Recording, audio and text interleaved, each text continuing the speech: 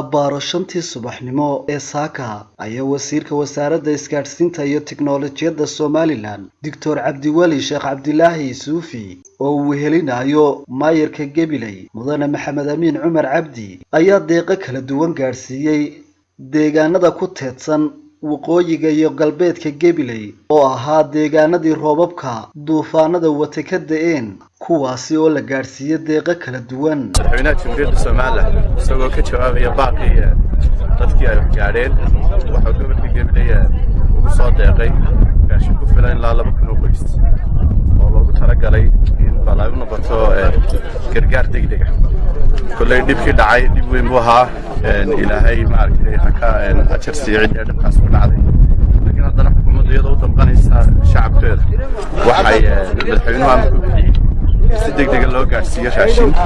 ay kaga baxaan bishan Ramadaan isla markaana muddada hore ay ku joogaan raashin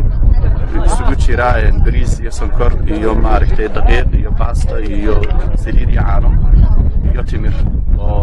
raashinka loo baahan yahay Ramadaanta. Somaliland oo gargaarka degdega soo gaarsiisay oo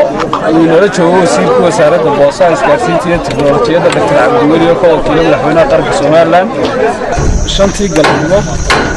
oo ku suganahay dowladda Buus waxaanu halkan ku soo gabagabaynaynaa hawshii saaka shantii aanu ka bilownay tuulada Boocda ee raashin qaybinta hawshaasi oo ahayd gurmadkii degdega ahaa ee madaxweynaha Somaliland iyo xukuumaddu ugu tala gashay dadkii duufaantu ku dhufatay ee xoolaha iyo muxuuha iyo beeruhu runtii ay dhibaatadu ka soo gaadhay gobolka Gabiley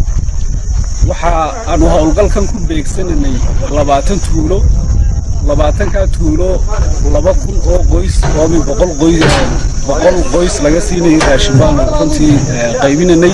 sidoo kale waxaa halkaasi ka mahad celiyay deeqahani kala duwan ee la soo gaarsiiyay dadka ku dhaqan deegaanadani ay ka da'een roobabkii duufaanada watay. gobolka waxa la caraala ku siirayo dadkeeda alla ku siiyabale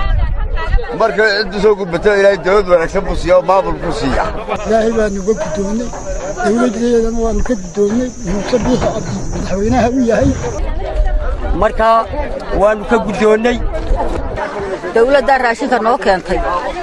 iyo ilaahayba waan ugu mahadnaqnay. deegaanada kale ee deeqaha noocan oo kala la gaarsiiyay ayaa waxa kamid ah Fadac, Guriga Cad, Dhalaada, Gees Dheer, Ceel Xaddi, Jiri, Kidiga, Gugaysa iyo waliba Baqadabaal. waa Cabdirasaaq Axmed Hayaan Ilkacase, Som News TV, Gabiley.